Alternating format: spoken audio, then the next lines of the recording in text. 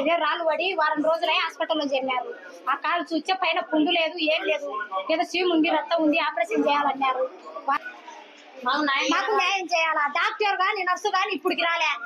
అంటే చచ్చిపోనికి అయితే ఆసుపత్రిలో ఇళ్ళకానే చచ్చిపోమా? ఇంత దూరం వచ్చి పెట్టుకునే దానికంటే మేము మాకు న్యాయం చేయాలా? ఇంతవరకు సారోళ్ళు గొడవ చేస్తామని వచ్చినారే గాని ఊరు అసలు ఇంతవరకు ఎవరు కాగానే చెప్పకుండా వచ్చారంటారు. ఏది వచ్చేది వాళ్ళ కడుపు కోతలు అయితే కదా, వాళ్ళ కడుపు కోతలు అయితే ఉంటారు.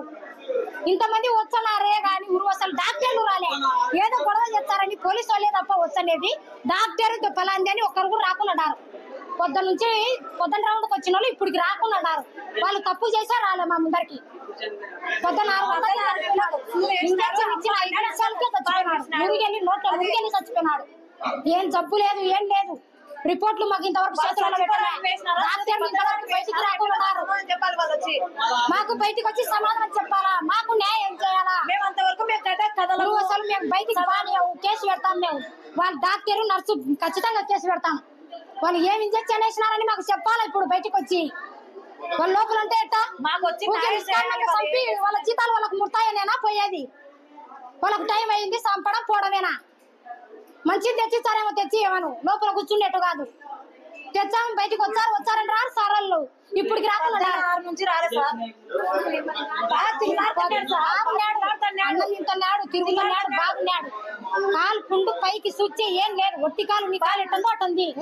లోపల ఠాగూర్ సినిమాలో చచ్చిపోయినానికి లెక్క కట్టించినట్టు కట్టు కోసి చచ్చిపోయినానికి కట్టు కడతారు. ఆ కట్టు కట్టింటే చచ్చిపోయినాడు, ఆపరేషన్ ఇబ్బంది అయింది అట్ట కూడా చేస్తారు. వెనకమ్మడే కనుక్కొని చెప్పినారు. లేకోకుంటేనా కాలు కూడా కట్టు కడతారు. వెనకమ్మడే చచ్చిపోయినోనికి ఆపరేషన్ జరుగుతుంటే చచ్చిపోయినాడని ఏమంటే అది చేయలే. అది కూడా చేసేటోళ్ళే ఈ గవర్నమెంట్ హాస్పిటల్లో. ఈరోజు స్థానిక నంద్యాల ప్రభుత్వ హాస్పిటల్లో 4 రోజుల నుంచి కొలిమిగుళ్ళ మండలం నుంచి వచ్చి ఒక పేషెంట్ వెంకటరమణ అనే వ్యక్తి వచ్చి ఇక్కడ ట్రీట్మెంట్ 4 రోజుల నుంచి తీసుకుంటున్నప్పటికీ అతనికి ఈరోజు ఆపరేషన్ ఉందని చెప్పేసి నర్సుతో ఇంజెక్షన్ వేయించి మరీ ప్రాణాలు పోగొట్టడం అనేది చాలా బాధాకరం.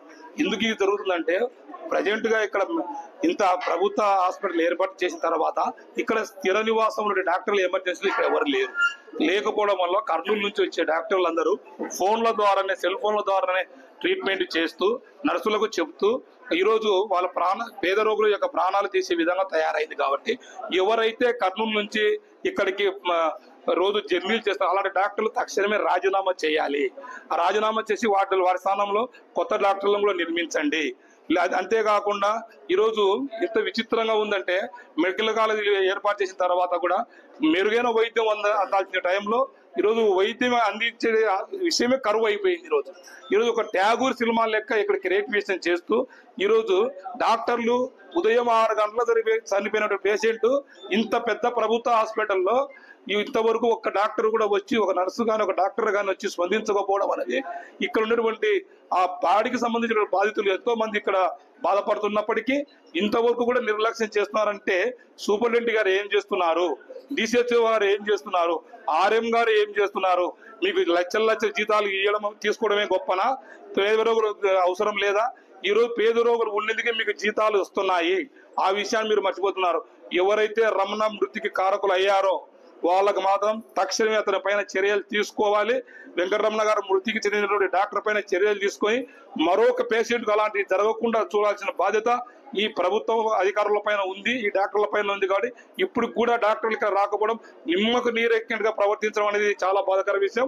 ఇప్పటికైనా మీకు ఏమాత్రం ఇంకిత జ్ఞానము ఉంటే మీరు కంపల్సరీగా తక్షణమే వచ్చి మీరు ఈ యొక్క బాధితులకు జరిగిన ఇక సమస్యను మీరు చెప్పాలి.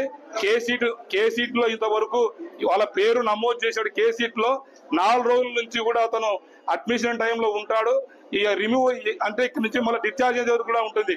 కానీ కేసీట్ కూడా కనపడకుండా చేసేటువంటి దుర్మార్గమైన పరిస్థితి ఒక ట్యాగూర్ సినిమాల్లో ఇక్కడ క్రియేటివేషన్ జరుగుతుంది. కాబట్టి ఇది పద్ధతి కాదు, మీ యొక్క వైఖరి మార్చుకోవాలని చెప్పేసి కూడా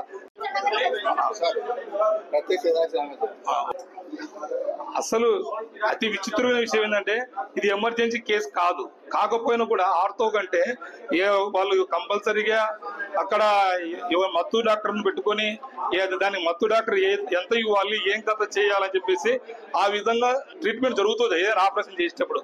కానీ ఈరోజు ఇక్కడ మత్తు డాక్టర్లే లేకపోవడం అనేది కూడా చాలా బాధాకరమైన విషయం. అది 6 గంటలకి ఇంజెక్షన్ వేశారు, 6-5 నిమిషాలకు చనిపోయారు. అది కూడా డాక్టర్ వేయలే, నర్సు గారు వేశారంట. అది ఏమి ఇంజెక్షన్ వేశారు చెప్పమంటే మాత్రము ఇంతవరకు ఎవరు చెప్పకుండా ఎవరు కొద్ది వాళ్ళ డోర్లు వేసుకొని ఈ హాస్పిటల్ నుంచి లేకుండా దూరంగా తప్పు చేశారు కాబట్టి దూరంగా వెళ్ళిపోయి ఈరోజు బాధితులకు అన్యాయం చేసే విధంగా ఎందుకు ఇలా చేశామని క్వశ్చన్ చేస్తారు అని భయంతోనే ఈరోజు వాళ్ళు డాక్టర్లు కూడా ఇక్కడ లేకుండా పోయారు. కాబట్టి ఇప్పటికైనా మీరు బుద్ధి జ్ఞానం తెచ్చుకొని, డాక్టర్లు అంటే దేవుళ్ళతో సమానం అంటారు కానీ ఈరోజు మీరు ఒక రాక్షసుల్లా ప్రవర్తిస్తున్నారు. కాబట్టి ఈరోజు ఒక ట్యాగూర్ సినిమాలా మీరు ప్రవర్తించి ఈరోజు వాళ్ళకు అసలు న్యాయం చేసే విషయంలో ఏ డాక్టర్ అయితే అన్యాయం చేశాడో ఆ డాక్టర్ కు తక్షణపై చర్యలు తీసుకొని ఆ పేషెంట్ కూడా న్యాయం చేసే విధంగా కంపల్సరీగా అతని పేరు ఎవరో ప్రస్తావించాలి, అతను తక్షణమే సస్పెండ్ చేయాలి, క్రిమినల్ కేసు నమోదు చేసి మరో ప్రాణానికి ఇలా జరగకుండా అండగా ఉండాల్సిన బాధ్యత ఈ యొక్క సూపరింటెండెంట్, ఆర్ఎం, డిసిహెచ్ఓ అధికారులదే బాధ్యతగా వహించాలని చెప్పేసి కూడా తెలియజేస్తున్నాము. ఈ బాధితుడు ఏ విధంగా చనిపోయాడు, ఏ ట్రీట్మెంట్ వల్ల చనిపోయాడో అది చెప్పాలి. ఈ బాధితుడి కుటుంబానికి ఏం న్యాయం చేస్తారో అది కూడా తక్షణమే ఇక్కడే వాళ్ళకు పరిష్కార మార్గం చూపించాలి.